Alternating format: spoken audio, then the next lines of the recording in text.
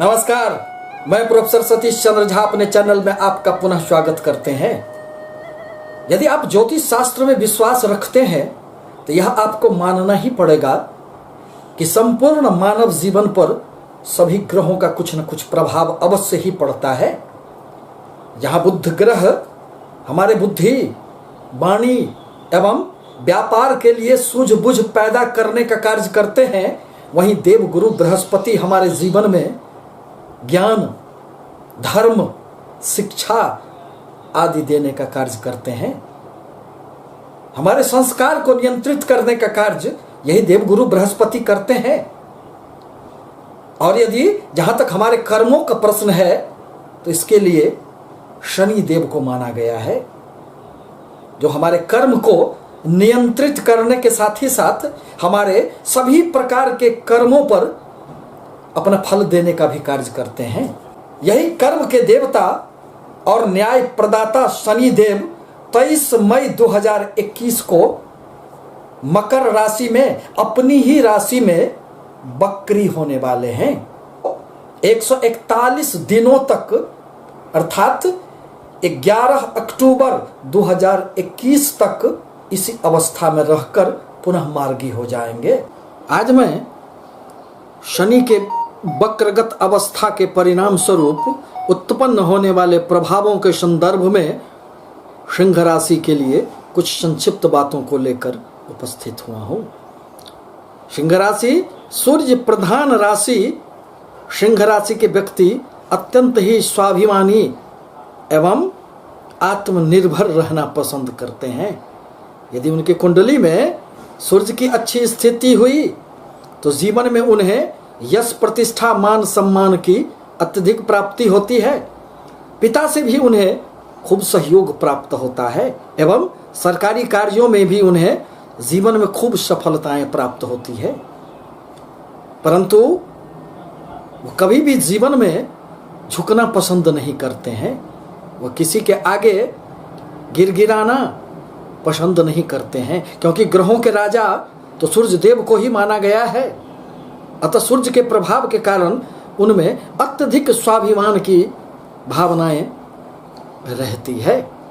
सिंह लग्न अथवा सिंह राशियों के लिए सूर्य, मंगल एवं बृहस्पति उनके लिए अत्यंत शुभ कारक ग्रह माने जाते हैं। परंतु अब जहां तक शनि देव का प्रश्न है तो शनि देव आपके लिए छठे एवं सप्तम स्थान के स्वामी बनकर आपके जीवन में स्वास्थ्य, शत्रु, ऋण, प्रतियोगिता एवं दाम्पत्य जीवन को संभालने का कार्य करते हैं। आपके लिए व्यापार के कारक भी शनि देव को ही माना जाता है। वर्तमान में शनि देव मकर राशि में आपके छठे स्थान में गोचर कर रहे हैं और बकरी होंगे। यूं तो शास्त्रों में शनि देव को चंद्र राशि से तृतीय, छठे एवं 11वें स्थान की अत्यधिक प्रशंसा प्राप्त है। जब भी कोई भी पापी अथवा क्रूर ग्रह छठे स्थान में संचरण करते हैं तो जीवन में अनेक प्रकार के शुभ परिणाम उत्पन्न करते हैं। परंतु शनि देव पर वर्तमान में राहु के नवम दृष्टि का प्रभाव होने के कारण शनि देव में अत्यधिक अशुभ प्रभाव उत्पन्न हो गए थे, जिसके कारण आपको जीवन में शुभता के साथ ही साथ अनेक प्रकार की समस्याएं भी उत्पन्न हो रही थी। व्यापार में भी वह मनवांछित फल नहीं प्राप्त हो रहे थे जिस हिसाब से, जिस गति से आप कार्य कर रहे थे। दाम्पत्य जीवन में भी आपको अनेक प्रकार की समस्याएं देखी जा सकती थी। स्वास्थ्य में भी कुछ न कुछ परेशानियां थी। परंतु जैसे ही शनिदेव 23 मई 2021 को बकरी अवस्था में आएंगे, वह जो 141 दिनों की अवधि होगी वह आपके लिए अनेक प्रकार के शुभ परिणाम देने वाले होंगे। शत्रुओं पर आप विजय प्राप्त करेंगे। जीवन में यदि शत्रुता न रहे तो आगे बढ़ने में अत्यधिक सफलताएं प्राप्त होती है। परंतु विरोध के कारण भी व्यक्ति को कभी कभी रुकना पड़ता है। ऋण लेना अब आपके लिए अत्यंत आसान हो जाएगा। और आपने यदि कोई भी किसी भी प्रकार का ऋण ले चुके हैं तो वह भी अब चुकता होने का एक समय आएगा और उसमें एक आपको रास्ता मिलेगा। पद, प्रतिष्ठा, नौकरी, व्यापार में आपको इस अवधि में अत्यधिक उन्नति स्पष्ट दृष्टिगोचर हो रहे हैं, क्योंकि छठे भाव में शनि के आने से जातक को अन्न, धन, सुख की अत्यधिक वृद्धि हो जाती है। ऐसा शास्त्रों में भी कहा गया है। स्वास्थ्य भी इस अवधि में उत्तम रहता है और उसे सुखों की खूब प्राप्ति होती है। और जैसे ही कोई ग्रह वक्री अवस्था में आते हैं तो उनकी शक्तियों में वृद्धि हो जाते हैं। और शनिदेव तो स्वगृही मकर राशि में विराजमान है, अपने से पिछली राशियों का भी फल आपको देंगे। तो मकर से पिछली धनु राशि है जो आपके लिए पंचम स्थान, पंचम भाव बनता है। परिणामतः इस अवधि में आपको कुछ मिले जुले परिणाम भी प्राप्त होंगे। मन में एक असंतोष की भावनाएं जागृत होगी अथवा बुद्धि भ्रमित रहना भी रह सकता है, क्योंकि शनिदेव का पंचम प्रभाव बहुत अधिक शुभ नहीं माना जाता है।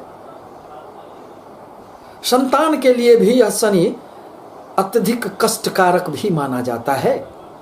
इस अवधि में संतान के हर कार्यों में रुकावटें स्पष्ट दृष्टिगोचर हो सकती है अथवा संतानों के साथ आपके मतभेद उभर कर सामने आ सकते हैं। विचारों में एक मतभेद देखा जा सकता है। साथ ही साथ प्रेम संबंधों के लिए पंचम स्थान का शनि बहुत अधिक शुभ नहीं माना जाता है। यह व्यक्ति को अनेक प्रकार से प्रेम संबंधों में रुकावट देने का कार्य करता है। एक दूसरे के प्रति अविश्वास की भावनाएं पैदा करने का कार्य करता है। अब जहां तक शनिदेव जिस भाव में बैठते हैं उस भाव के फलों में वृद्धि कर देते हैं। अतः छठे भाव में बैठकर, जैसा कि शास्त्र में भी कहा गया है कि अल्प ज्ञाति शत्रु क्षय धन धान्य समृद्धि, अर्थात यह शनि आपको शत्रु का नाश करने वाले होंगे और आपको हर प्रकार से धन धान्य से परिपूर्ण करेंगे। पराशर मुनि ने भी कहा है कि खष्ठे धनं जयं कुर्यात, अर्थात चंद्र राशि से छठे भाव में जब भी शनि आते हैं तो अनेक प्रकार से धन वृद्धि होती है। अब शनिदेव आपके छठे भाव में बैठकर अपनी तीसरी दृष्टि से आपके अष्टम भाव को देखेंगे, जहां बृहस्पति की मीन राशि है और शनि एवं बृहस्पति में समभाव होने के कारण अष्टम भाव से संबंधित फलों में बहुत अधिक नुकसान नहीं होगा।